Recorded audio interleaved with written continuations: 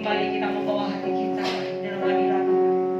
Kita percaya bahwa karena kasih Tuhan dan anugerah Tuhan kita ada di tempat ini. Amin.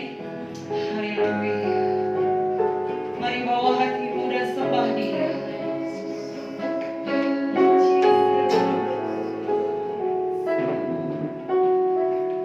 Haleluya. Mari masuk hadirat Tuhan dan bawa setiap persembahanmu dalam tempat kudusnya. Haleluya. Saat ku masuk ke hadirat-Mu, bawa persembahan ke tempat kudus-Mu. Pujian dan sembah ku berikan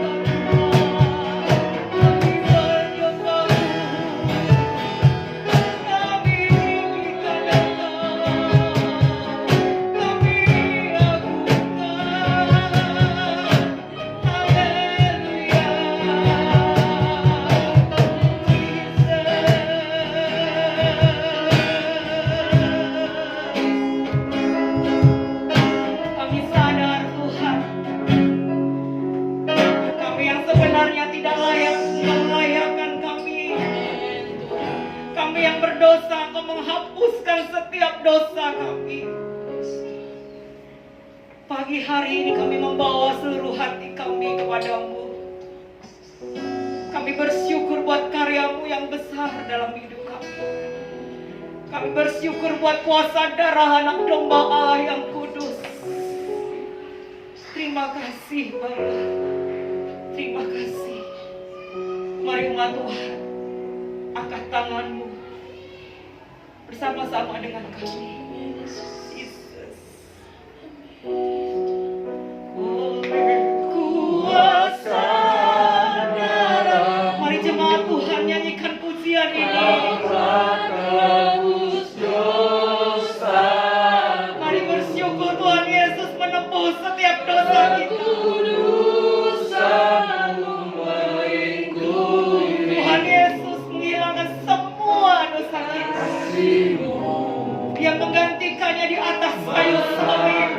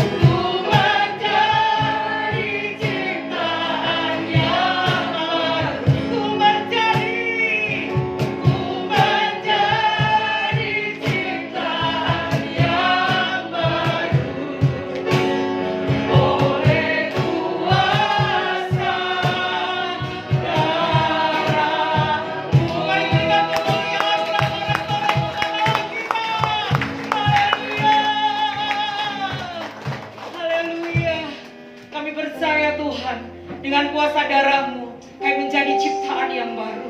Kau proses kami lebih lagi untuk kami disempurnakan dalam Engkau. Haleluya. Amin. Kita lebih dari pemenang, amin Bapak Ibu. Katakan sama kiri kananmu, kita lebih dari pemenang. Amin. Haleluya. Haleluya. Mari berdoa bagi Allah kita. Serahkan buat Allah kita saja.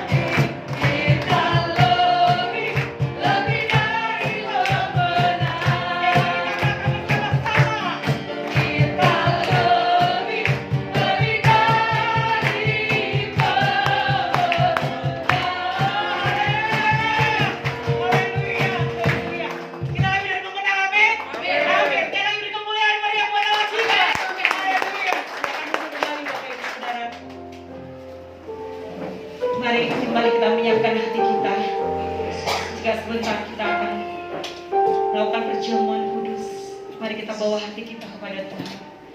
Kita percaya karena pengorbanan Tuhan kita memperoleh kehidupan. Karena pengorbanan Tuhan ada pengharapan. Karena pengorbanan Tuhan, iman percaya kita semakin kuat di dalam Dia. Haleluya. Mari katakan, hanya Engkau Tuhan di hidup kami. Engkau yang memberikan hidup yang baru. Darah menyucikan kami dan memulihkan kami. Haleluya.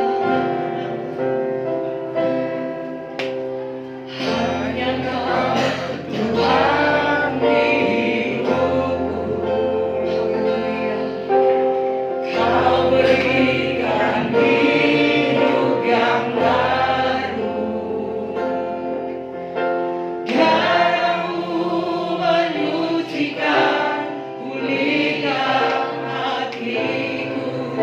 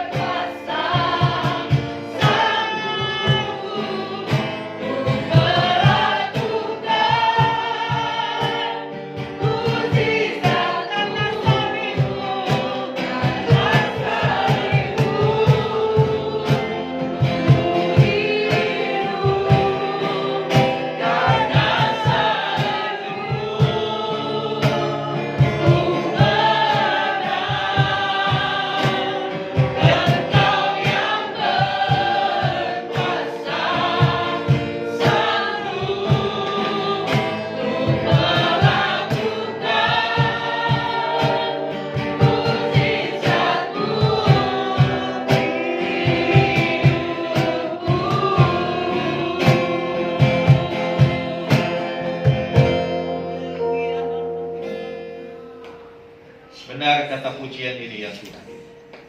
Hanya karena salib, hanya karena karya Tuhan Yesus di atas salib, kami boleh ada sebagaimana kami ada saat ini.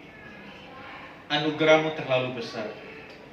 Anugerah-Mu menjadikan kami ciptaan yang baru.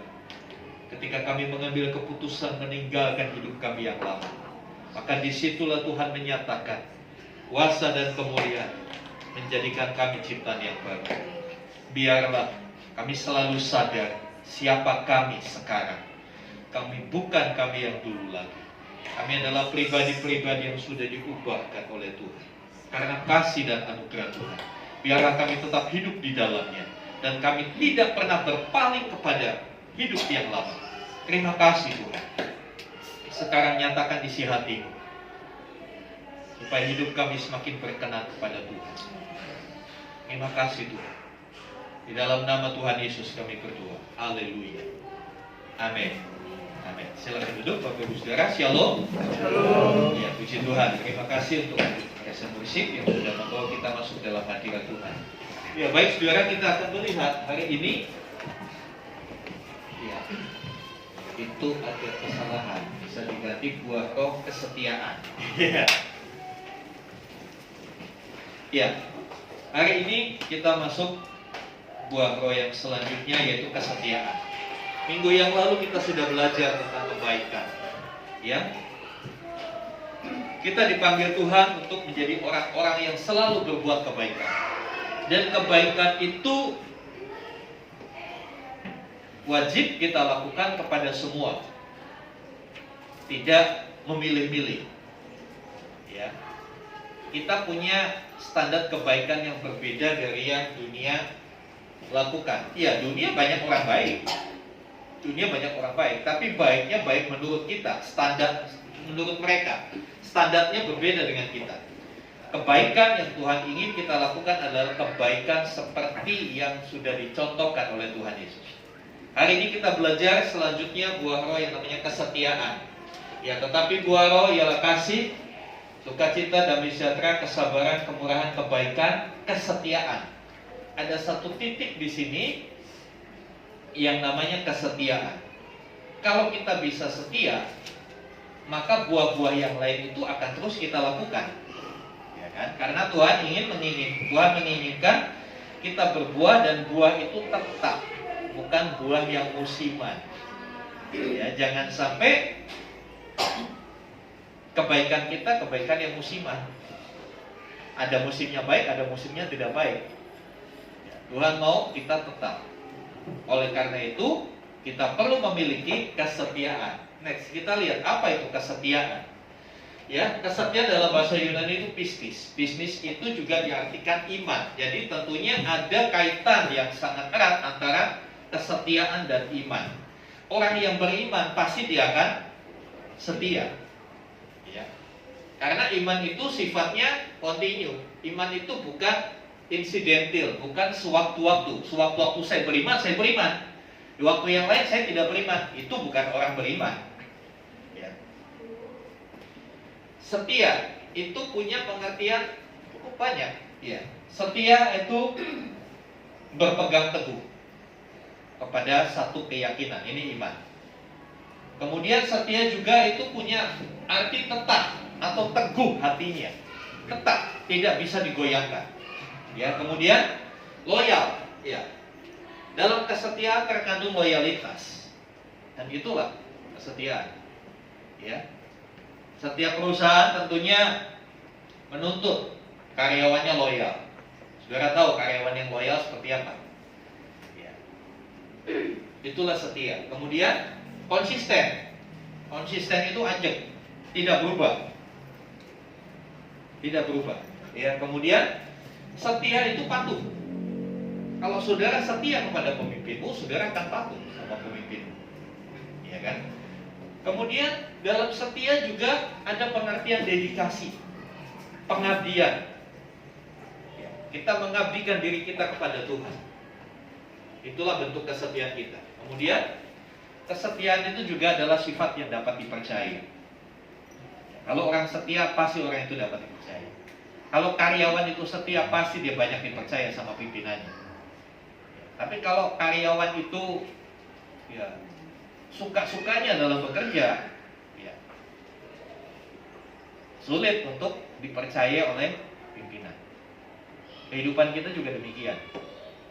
Tuhan akan mempercayakan banyak hal kepada kita kalau kita punya satu poin yang namanya kesetiaan. Selanjutnya kita lihat next. Iya, mengapa sih harus setia? Kita lihat di dalam Amsal 20 ayat 6.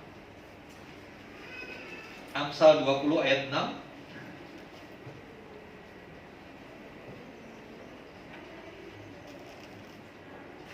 Amsal 20 ayat 6, demikian firman Tuhan. Banyak orang menyebut diri baik hati, tetapi orang yang setia, siapakah menemukannya? Banyak orang menyebut diri baik hati. Ya, dalam percakapan sehari-hari kita pasti sering mendengar, padahal saya udah baik loh sama dia, betul gak? Ada kan kalau kita ngobrol, orang-orang bilang gitu kan, saya ini udah baik loh sama dia, kurang apa coba saya sama dia? Iya kan? Kurang satu, kurang setia.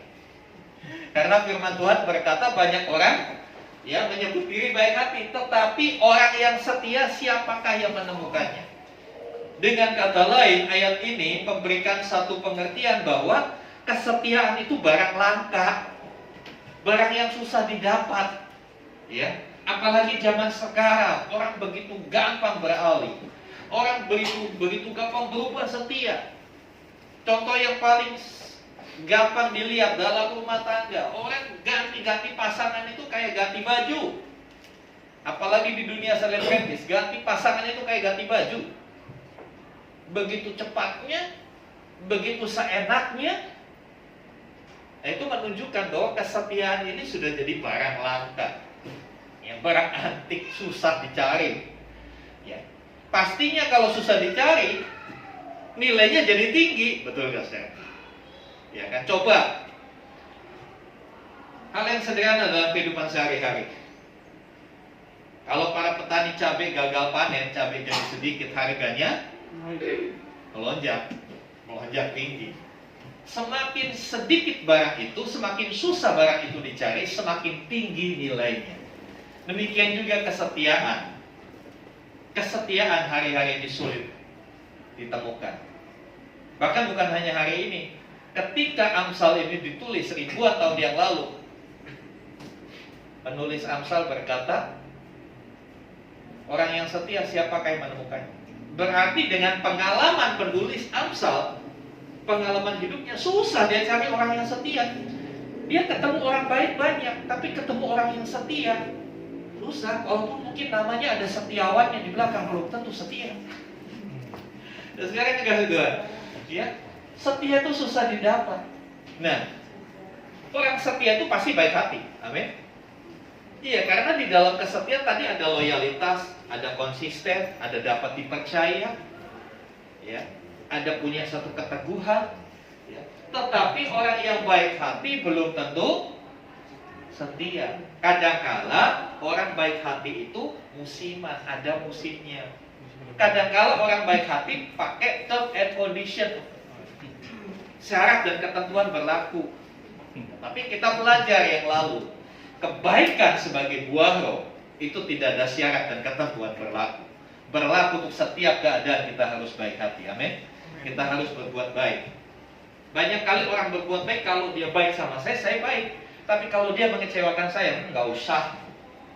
Ya, seringkali dalam komunitas kelihatan sekali orang-orang seperti itu.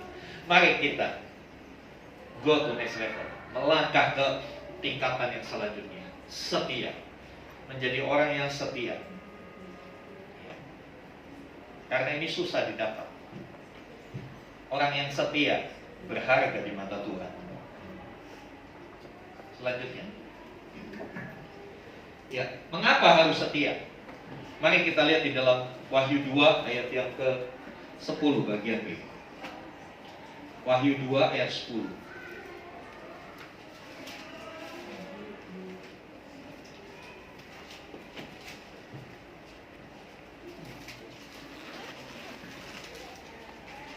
Iya. Jangan takut terhadap apa yang harus kau derita.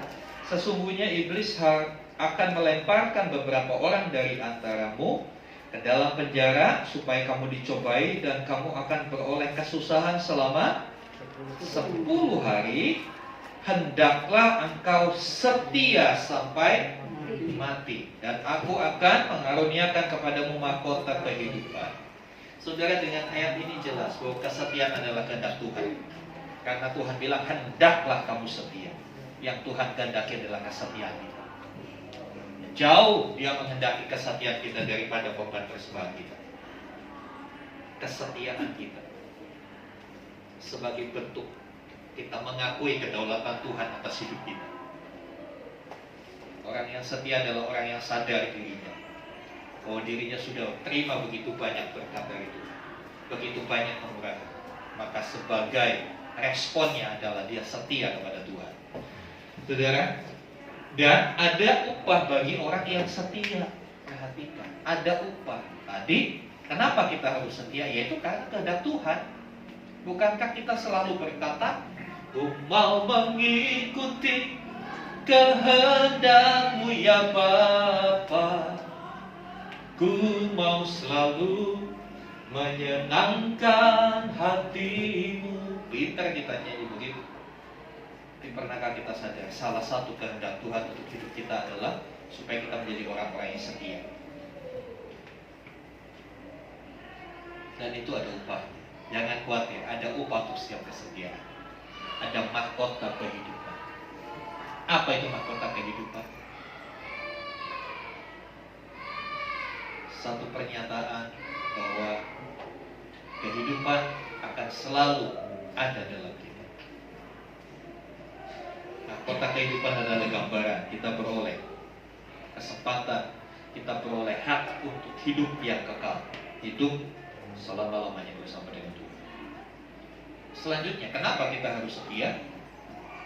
Ya, itu kita harus setia.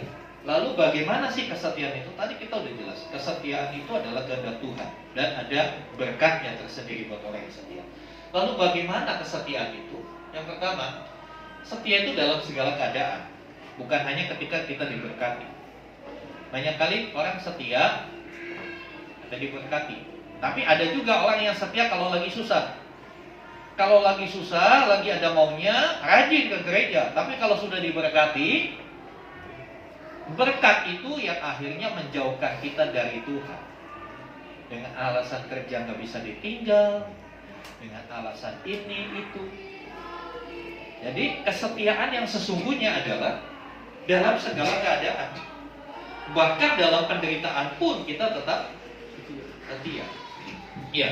Masih di dalam Wahyu 2 ayat 10 itu, ya kita akan gali lebih dalam. Wahyu 2 ayat 10 dikatakan, ayat sebelumnya dikatakan, jangan takut terhadap apa yang harus engkau derita. Jadi ada penderitaan. Tuhan tahu kita menderita. Tuhan bukannya tutup mata. Tuhan tahu kita menderita. Ya. Sesungguhnya iblis akan melemparkan beberapa orang dari antaramu ke dalam penjara supaya kamu dicobai dan kamu akan beroleh kesusahan selama 10 hari. Di tengah penderitaan tetap ada dikaitkan dengan hendaklah kamu setia. Perintah untuk menjadi setia itu didahului dengan kondisinya menderita. Tetap setia nggak dalam menderita? Tetap nggak berpengharapan kepada Tuhan di tengah penderitaan? Tetap nggak setia kepada Tuhan walaupun doa kita belum dijawab Tuhan? Atau mungkin keadaan kita semakin buruk, tetap nggak mau setia sama Tuhan? Itulah nilai kesetiaan dalam segala keadaan. Ya, jangan berubah setia saat senang maupun susah. Ada orang-orang yang berubah setia. Ya setianya berubah, yang tadinya setia sekarang tidak lagi. Saya melihat banyak orang ketika doanya belum dijawab Tuhan setia.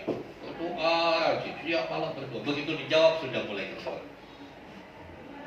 Saudara, doa itu sejatinya adalah komunikasi kita, hubungan kita dengan Tuhan. Doa itu sejatinya bukan hanya sekedar minta, bukan hanya sekedar daftar permohonan yang panjang dan lebar. Tuhan, saya mau ini. Tuhan berkati saya begini-begini. Doa itu tidak sesempit itu pengertiannya. Doa itu adalah satu bentuk komunikasi kita dengan Tuhan. Sebagaimana seorang anak berkomunikasi dengan Bapa. Apakah kita berkomunikasi dengan orang yang kita sayangi itu hanya seminggu sekali, sebulan sekali? Tentu tidak. Kalau bisa kita pingin lama-lama ngobrol dengan orang yang kita kasihi, betul? Anak-anak muda ketika masih pacaran, kalau bisa ketemunya tiap hari. Kalau bisa ngobrol itu berlama-lama, sehingga ada lagu 5 menit lagi, katanya kan begitu. Yang senggol-senggolan pengalaman ya. 5 menit lagi katanya ya. Bapaknya udah ngedehom di belakang. Itu masih bilang 5 menit lagi. Pinginnya terus dan terus. Nah, bagaimana kita dengan Tuhan? Apakah seperti itu? Padahal kalau di gereja kita nyanyinya, begitu romantis. Aku mengasihi Engkau Yesus dengan segenap hatiku, tidak dengan dompetku. Saudara yang dikasih Tuhan, kadang-kadang kita itu suka ngegombalin Tuhan. Jujur aja, iya kan? Kadang-kadang kita suka ngegombalin Tuhan dalam puji-pujian yang kita nyanyikan. Makanya setiap kali pujian dinyanyikan, sadari dulu kata-kata itu. Jangan gombalin Tuhan, karena saudara digombalin juga nggak mau kan? Iya kan? Orang yang setia itu konsisten, tidak berubah. Apapun keadaannya tetap setia. Mau hujan, mau sakit, mau tidak ada duit, tetap setia. Itu yang Tuhan kehendaki. Kemudian setia itu ukurannya adalah waktu. Setia itu nggak ada batasannya, unlimited. Sampai kapan kita harus setia? Sampai mati. Sampai mati. Ya, hendaklah kamu setia sampai mati. Bukan setia sampai doamu dijawab. Banyak kali kan salah pengertian begini. Dia setia, tapi setianya sampai doanya dijawab, sampai keinginannya terkabul. Setelah sudah terkabul, lu udah gak setia lagi, berubah setia. Gak seperti itu. Setia dalam konteks buah roh adalah setia sampai mati. Kesetiaan tidak mengenal batasan waktu. Ya. Makanya dalam konteks kesetiaan dengan pasangan, dalam janji nikah kan disebut sampai maut memisahkan kita. Ya. Bukan sampai mertua memisahkan kita. Ya. Karena apa yang dipersatukan Tuhan tidak bisa diceraikan manusia. Banyak orang bilang, Pak, itu kok bisa bercerai? Ya mungkin dulu bukan Tuhan yang persatukan, tapi nafsu yang mempersatukan. Karena kalau hubungan keluarga dipersatukan hanya karena nafsu, nggak langgeng. Perhatikan buat yang belum menikah, kalau hidup nikah dipersatukan karena nafsu, nggak langgeng. Itu bisa dipisahkan. Tapi kalau dipersatukannya karena Tuhan, karena kita yakin kita sudah gumuli dalam doa, hidup berpacaran yang kudus, itu tidak bisa diceraikan manusia. Saudara yang dikasih Tuhan, ya, dua hal tentang kesetiaan. Dalam segala keadaan, dia berlaku dalam segala keadaan, unconditional and unlimited. Dalam keadaan apapun kita tetap setia. Di sepanjang waktu kita tetap setia. Seorang gak bisa dikatakan setia. Seorang suami gak bisa dikatakan setia kalau baru 5 HWA-nya baru HWA kelima.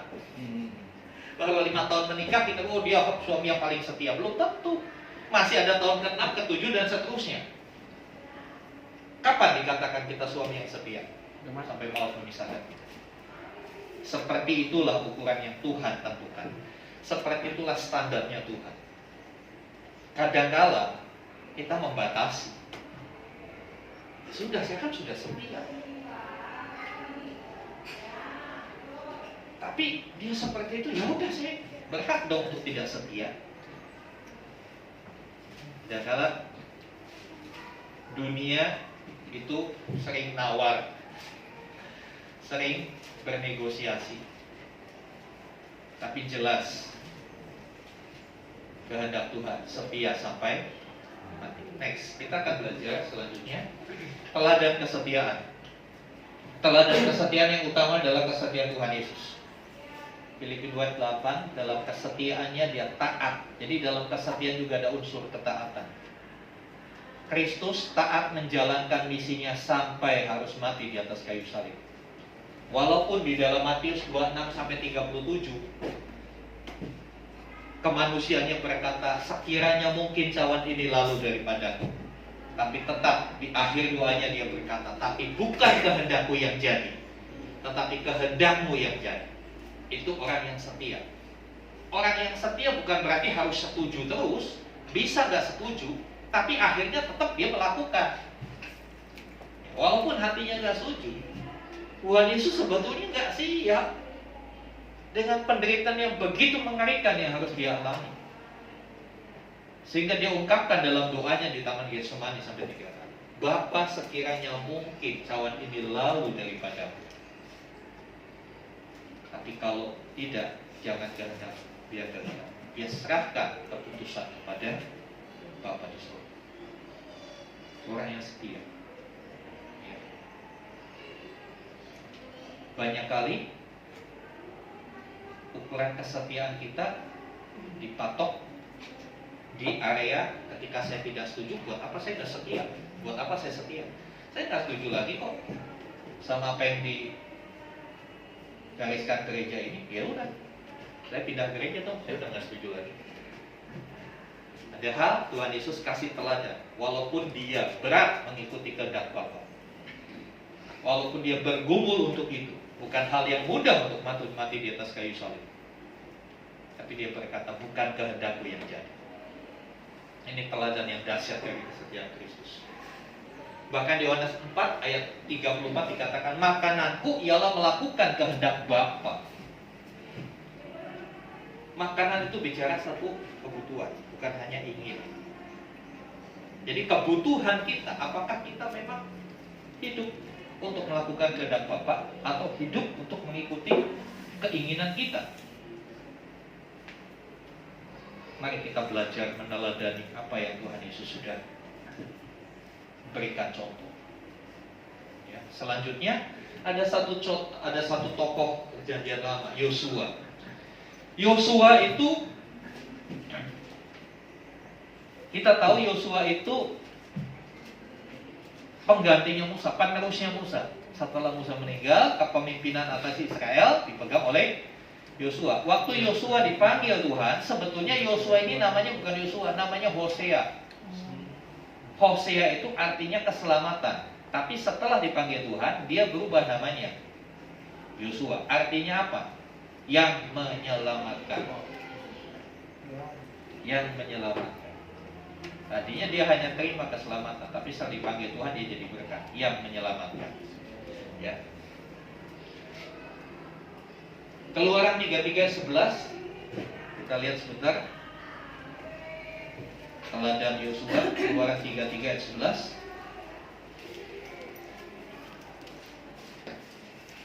Dan Tuhan berbicara kepada Musa dengan berhadapan muka seperti seorang berbicara kepada temannya. Kemudian kembalilah ia ke perkemahan. Tetapi abdinya Yosua bin Nun, seorang yang masih muda, tidak meninggalkan kemah itu. Yosua tidak meninggalkan kemah. Yosua setia. Ketika disuruh menjaga kemah, dia tetap setia dengan tanggung jawab. Dia setia menjadi abdinya Musa. Inilah satu bentuk kesetiaan yang Tuhan jaga. Ya, setia kepada pemimpin. Yosua pada waktu itu abdinya Musa. Disuruh, dikatakan, dikisahkan dalam pasal 33, kalau sudah membaca semuanya. Musa bertemu Tuhan, ngobrol. Ini Satu-satunya nabi yang memiliki privilege, memiliki hak istimewa bertemu Tuhan, berbicara berhadapan muka. Nabi-nabi lain hanya suara. Nabi Musa bisa ngobrol berhadapan muka. Dahsyat. Yosua adalah abdinya Musa, pelayannya Musa, anak buah kalau sekarang. Dan pada waktu itu Yosua diperintahkan untuk tinggal di perkemahan. Dia nggak keluyuran kemana-mana, dia tetap di situ. Ya. Kemudian Yosua 1 ayat yang ke-8. Setelah Musa dipanggil Tuhan, Yosua melanjutkan kepemimpinan atas Israel. Dan disinilah Tuhan berkata kepada Yosua. Tuhan memberikan perintah kepada Yosua. Yosua 1 ayat 8. Janganlah engkau lupa memperkatakan kitab Taurat ini, tetapi renungkan itu siang dan malam, supaya engkau bertindak hati-hati sesuai dengan segala yang tertulis di dalamnya. Sebab dengan demikian perjalananmu akan berhasil dan engkau akan beruntung. Saudara dikasih Tuhan, Yosua adalah pribadi yang setia kepada firman, yang merenungkan firman siang dan malam. Dia hidup di dalam firman. Kemudian di akhir kehidupan Yosua, di akhir hidup Yosua, setelah dia membawa Israel masuk ke tanah perjanjian, dia berkata, tetapi aku dan seisi rumahku, kami akan beribadah kepada Tuhan. Dia setia dalam ibadahnya dan dia setia dengan keluarganya. Karena sampai akhirnya dia tidak tinggalkan keluarganya.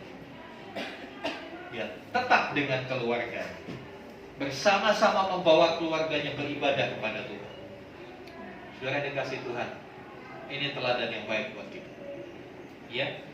Selanjutnya ayat 31, Yosua 24 ayat 31, dibacakan bagian ini penting kita perhatikan.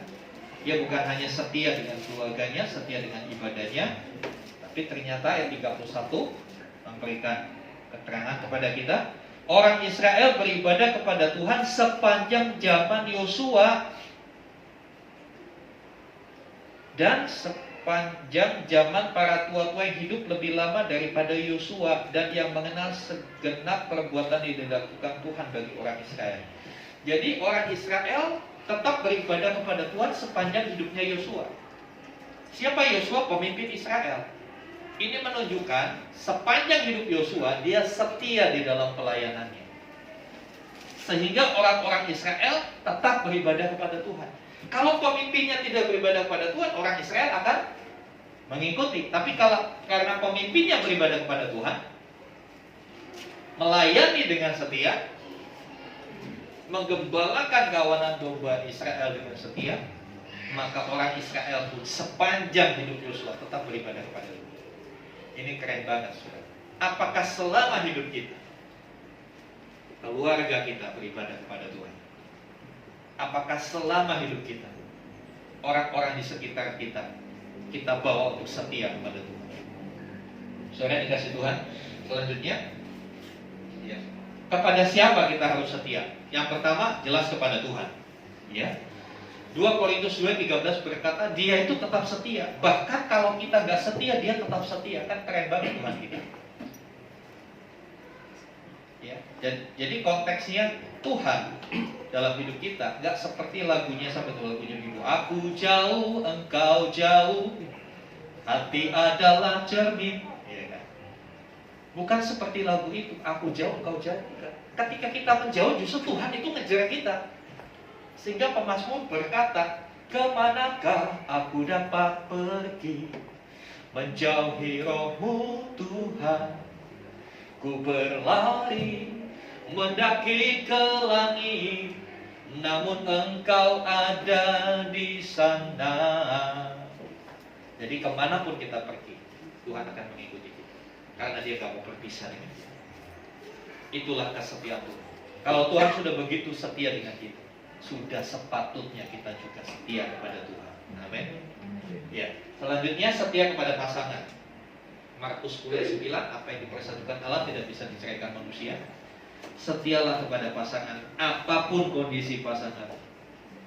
sejelek apapun, serusak apapun, itulah pilihanmu dan itulah yang sudah dipertetapkan Tuhan bagi hidupmu. Setialah kepada pasangan. Setia itu bukan hanya pada saat di depannya aja. Hanya kali orang di depan pasangannya setia, rangkul-rangkulan, suap-suapan gitu kan. Tapi di belakangnya main dengan yang lain. Setia itu baik di depan maupun di dalam kondisi tidak ada siapa-siapa, tetap setia. Karena setia itu ada di dalam hati. Setia itu munculnya dari hati. Dari hati muncul dalam tindakan-tindakan yang nyata. Jadi setia itu bukan pencitraan, bukan sandiwara. Saya kadang-kala melihat pasangan-pasangan begitu seperti sandiwara. Seperti yang baru heboh di media beberapa waktu yang lalu, barusan dinobatkan jadi pasangan yang paling the best couple, ya. Begitu dinobatkan jadi the best couple, berikutnya muncul lagi berita KDRT. Saya nggak perlu sebut, saudara pasti tahu. Ya, itu bukan kesetiaan. Ya, itulah dunia kita perlu sandiwara katanya. Ya kan? Tapi yang Tuhan mau kesetiaan kita kepada pasangan itu benar-benar pure dari hati kita, bukan settingan. Ya, bukan settingan, bukan sesuatu yang dibuat-buat. Ya, selanjutnya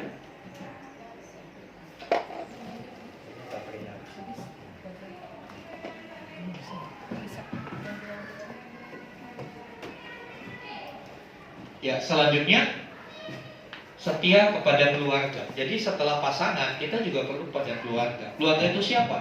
Pastinya keluarga inti, suami istri, anak-anak. Orang tua setia sama anak, anak-anak setia sama orang tua. Apalagi hubungan orang tua dengan anak, boleh saya bilang itu hubungan yang kekal. Ya, nggak ada bekas anak. Oh, itu bekas bapak saya. Nggak ada. Karena apa? DNA-nya dia ada di kita. Sejelek-jeleknya dia tetap bapak saya, kan begitu. Makanya kita harus setia. Ya. Setia dalam menghormati, setia dalam memelihara, menjaga nama baik. Ya, kemudian Ibrani 13 ayat 17 kita baca. Ibrani 13 ayat 17.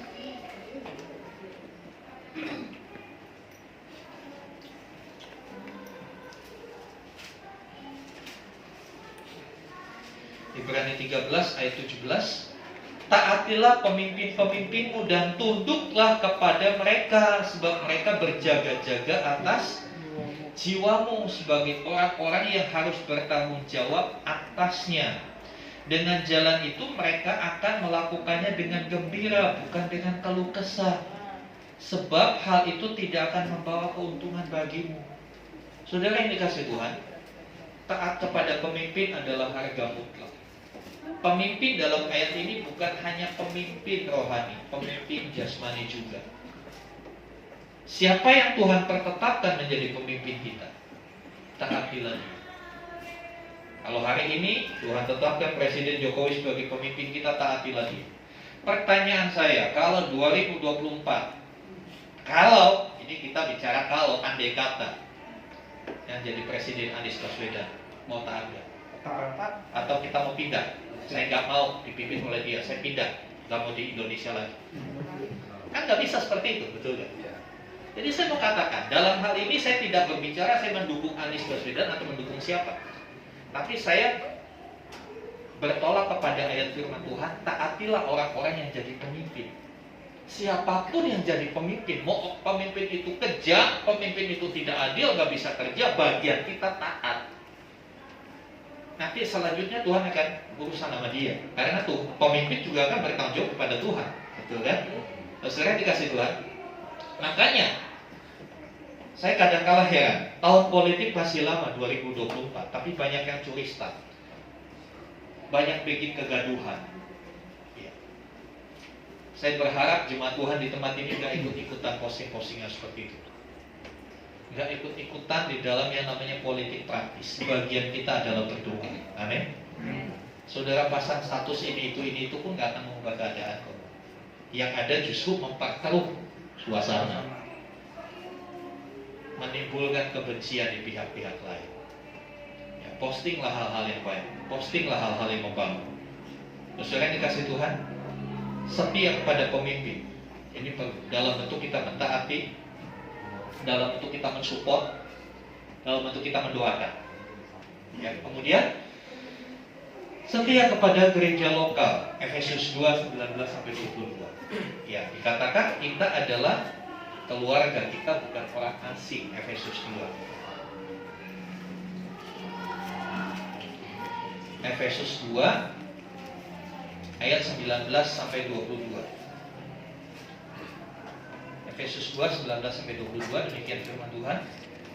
Demikianlah kamu bukan lagi orang asing dan pendatang, melainkan kawan sewarga dari orang-orang kudus dan anggota-anggota keluarga Allah. Amin. Ini Paulus sampaikan ini kepada jemaat di Efesus sebagai satu gereja lokal. Kita di dalam gereja lokal bukan orang asing. Amin. Kita bukan pendatang. Kita kawan sewarga. Kita anggota keluarga Allah yang dibangun di atas dasar para rasul dan para nabi, dengan Kristus Yesus sebagai batu penjuru. Di dalam Dia tumbuh seluruh bangunan rapi tersusun menjadi bait Allah yang kudus di dalam Tuhan. Di dalam Dia kamu juga turut dibangunkan menjadi tempat kediaman Allah di dalam Tuhan. Ini esensi dari gereja lokal. Bukan hanya komunitas yang berdasarkan kesamaan, ya, berdasarkan hobi, tapi kita adalah komunitas yang didasarkan kita kawan sewarga. Kita sedang dibangun untuk menjadi tempat kediaman Allah. Kita sama-sama dibangun untuk menjadi bait Allah, tempat kediaman Allah, supaya Allah tinggal dalam hidup setiap kita. Makanya kita perlu setia dengan gereja lokal. Seorang yang setia dengan gereja lokal, dia akan bertumbuh. Tapi seorang yang selalu berpindah-pindah gereja, dia tidak akan pernah bertumbuh. Sama seperti pohon, ya. Kalau saudara tanam mangga 1 tahun di sini, kemudian aduh, kok kayaknya jelek ya, pindahin ke sana. Aduh, di sini terlalu panas mataharinya, pindahin lagi ke sana. Sampai kapan mau berbuah? Yang ada mati. Ya, oleh sebab itu saya ajak jemaat Tuhan, saudara yang sudah berkomitmen untuk bergabung dalam GBT Faithful Community. Mari kita mau jadi jemaat yang setia, supaya kita dibangun bersama-sama. Kalau bicara masalah kelemahan, pasti banyak kelemahan. Amin. Pasti setiap gereja lokal ada kelemahan. Saya kasih satu tantangan. Kalau saudara ketemu satu gereja yang sempurna, ya sekali lagi, kalau saudara ketemu satu gereja yang sempurna, entah di kota apa, di mana gitu ya, cepat-cepat keluar dari gereja itu. Kalau saudara merasa gereja ini sempurna, cepat-cepat keluar dari sini. Kenapa? Jangan sampai karena kita gereja itu jadi nggak sempurna. Bisa ngerti maksud saya? Gereja itu sempurna, oh sempurna, saya mau di sini sempurna. Karena kita ada di situ jadi nggak sempurna. Karena faktanya kita belum sempurna semua. Amin. Gembalamu juga belum sempurna. Itu perlu saudara catat. Tapi kita ada untuk kita sama-sama disempurnakan di dalam Tuhan. Saya sebagai gembala pun punya pemimpin di atas saya, mengurus daerah, mengurus wilayah. Sebab itu Selasa, Rabu, Kamis, saya dan istri akan mengikuti musyawarah daerah di Cisarua, Bogor, ya, untuk memilih pemimpin periode yang baru, memutuskan kebijakan-kebijakan untuk kemajuan GBT di wilayah. Dan wilayah kita, wilayah 1 itu Jawa Barat, Jabodetabek sampai seluruh Sumatera, cukup besar. Jadi nanti tanggal 8 sampai tanggal 10 itu berkumpul. Data terakhir yang saya terima, karena kebetulan saya panitia juga, ada 120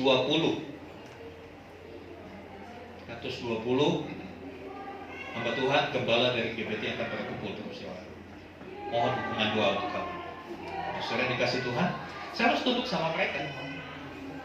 Ketika pimpinan kami, Pak Bambang, pilih saya suruh jadi panitia, ya saya siap.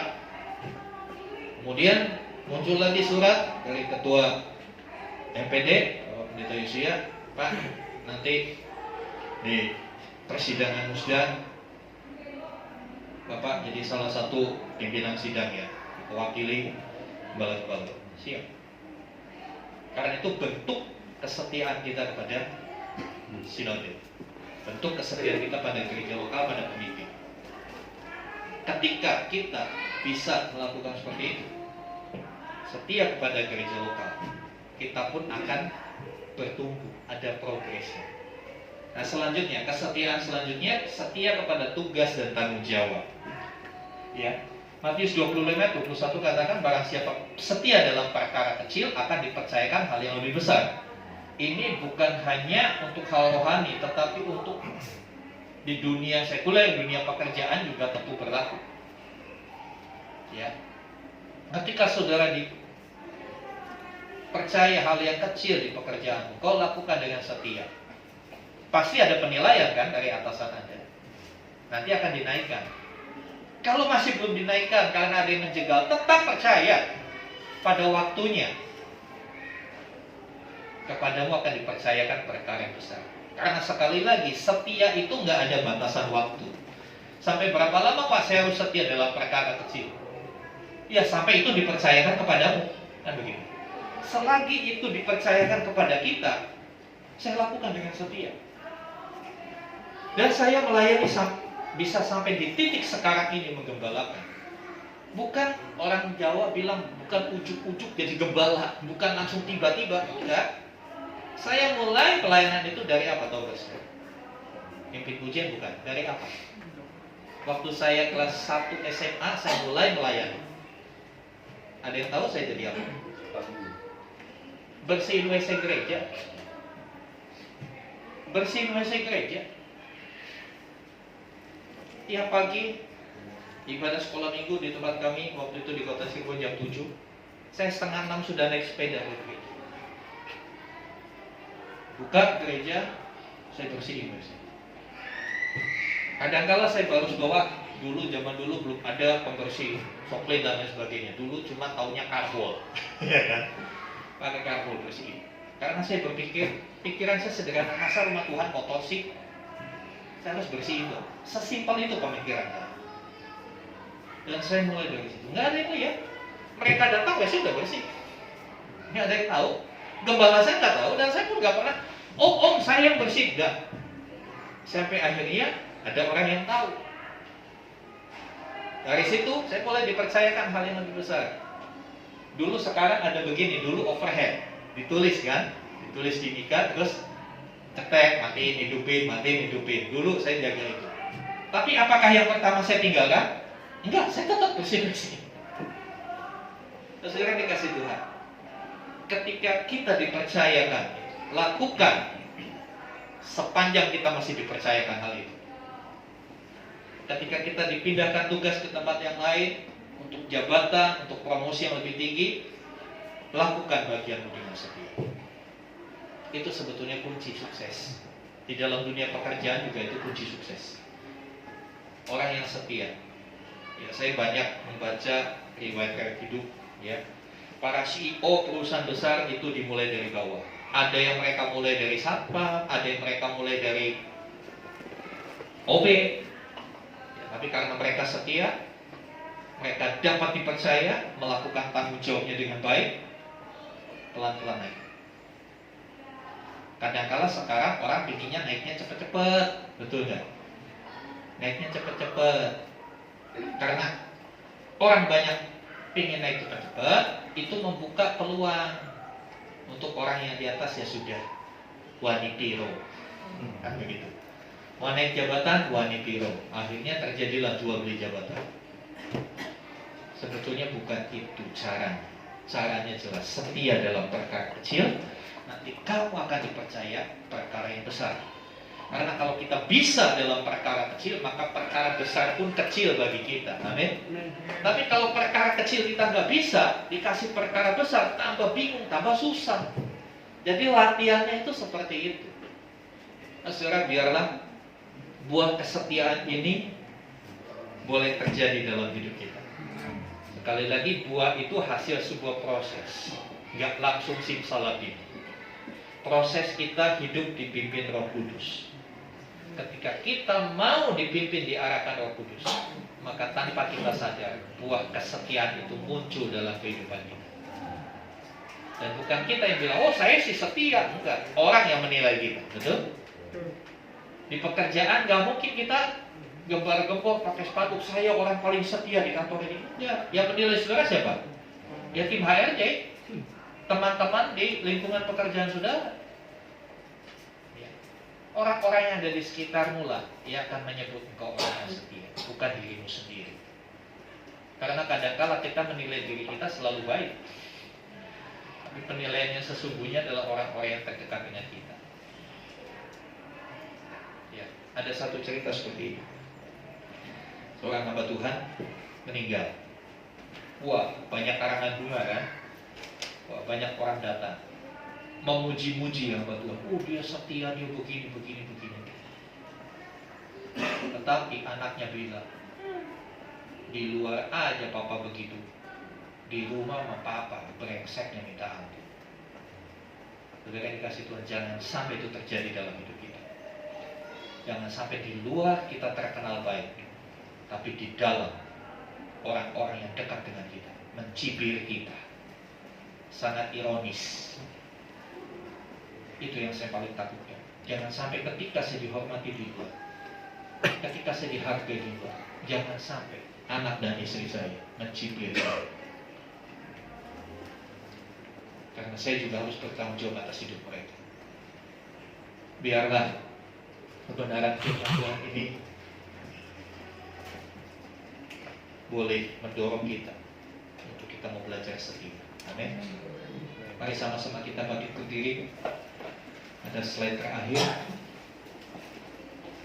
Kembali seperti biasa, baca dulu. Kalau saudara setuju dengan ini, mari ucapkan bersama dengan saya. Tapi kalau saudara nggak setuju, nggak usah mengucap juga, nggak dosa. Ya, pilihan di tangan Anda. Mari yang setuju dengan statement ini, kita baca bersama-sama. 2, 3. Aku sadar sering aku berubah setia, tetapi aku mau berusaha untuk menjadi pribadi yang setia seperti Tuhan Yesus. Aku mau setia kepada Tuhan, kepada pasangan dan keluargaku, kepada gereja dan pemimpinku, dan setia terhadap semua tanggung jawabku. Dengan pimpinan Roh Kudus, aku pasti bisa melakukan. Mari tundukkan kepala, saya sedang pemain musik.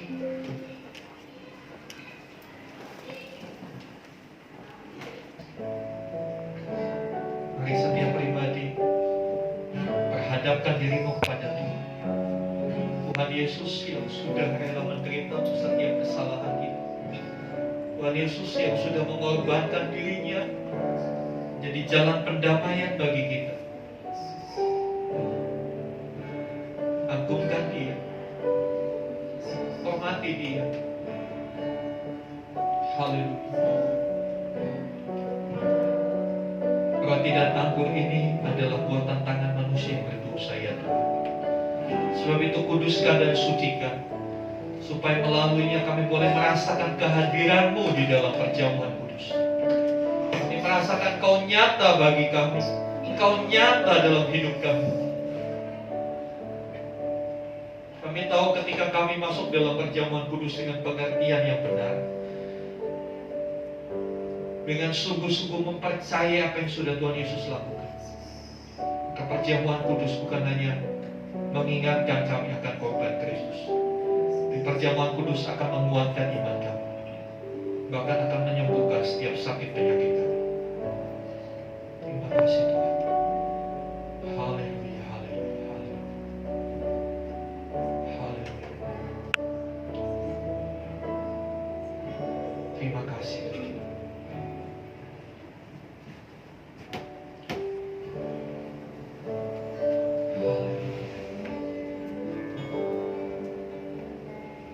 Dengan lembut naikkan pujian karena salib-Mu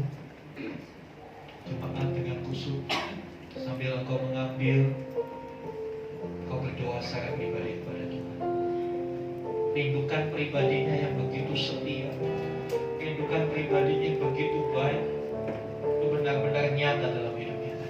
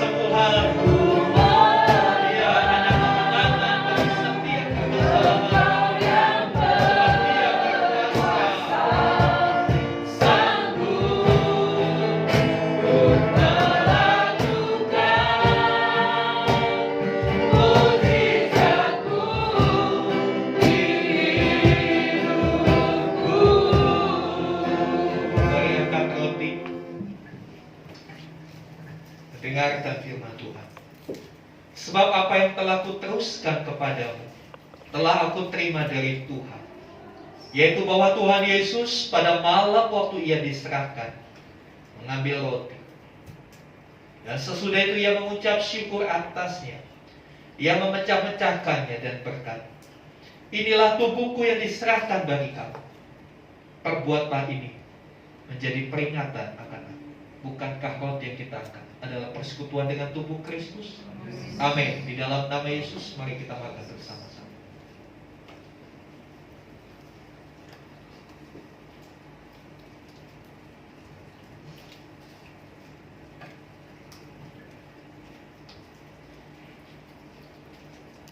Haleluya. Haleluya. Mari naikkan syukurmu. Mari berterima kasih untuk tubuhnya yang sudah dipecah-pecahkan bagi kita. Tubuhnya yang mempersatukan kita menjadi tubuh Tuhan. Haleluya, haleluya. Mari angkat tinggi anggur di tangan kanan, dan kembali kita mendengar firman Tuhan. Demikian juga ia mengambil cawan sesudah makan, lalu berkata, cawan ini adalah perjanjian baru yang dimeteraikan oleh darah. Perbuatlah ini setiap kali kamu meminumnya menjadi peringatan akan aku. Bukankah cawan yang kita angkat adalah persekutuan dengan darah Kristus? Amin. Di dalam nama Yesus mari kita minum.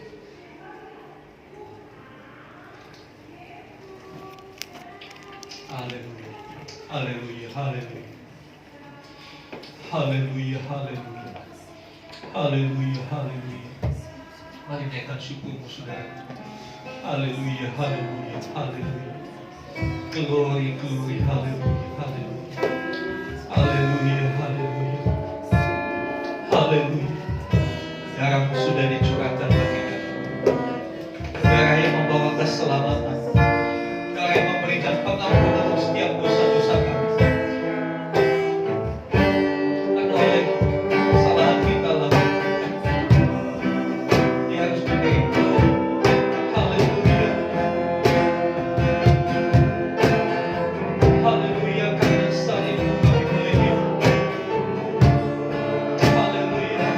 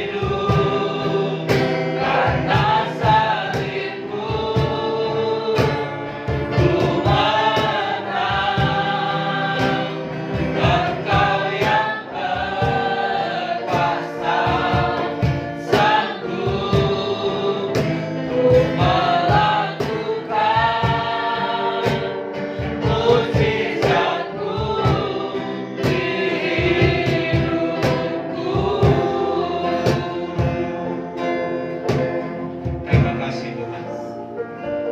Kami bersyukur karena Engkau Bapa yang setia. Sekalipun kadang-kala kami berubah setia, Engkau tetap setia. Biarlah hal ini membuat kami terus memacu diri kami untuk kami menjadi pribadi yang setia.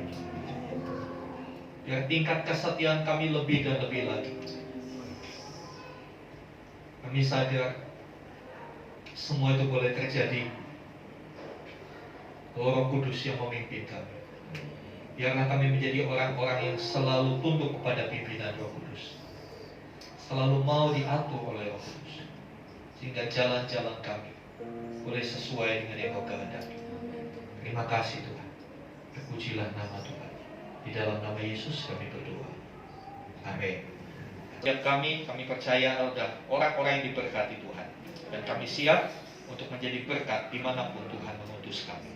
Sekarang mari Bapak Ibu angkat tanganmu dan terimalah rahmat anugerah, kasih karunia dari Bapa di surga, di dalam kasih dan karya Tuhan Yesus Kristus, bersama dengan pimpinan, pengurapan, penyertaan Roh Kudus. Terimalah berkat-berkat jasmani, terlebih lagi berkat rohani, dan jadilah berkat dimanapun Tuhan menempatkan engkau. Karena itu pergilah, jadikanlah semua bangsa murid, dan baptislah mereka dalam nama Bapa dan Anak dan Roh Kudus, dan ajarlah mereka melakukan segala sesuatu yang telah Kuperintahkan kepadamu. Dan ketahuilah Aku menyertai kamu senantiasa sampai kepada akhir zaman. Terima kasih Tuhan. Kami percaya pada saat Kau datang kali yang kedua, Kau akan membawa kami masuk dalam kebahagiaan kekal, supaya dimanapun Tuhan Yesus berada, di situ kami boleh berada. Terima kasih Tuhan. Di dalam nama Tuhan Yesus Kristus. Haleluya. Amin.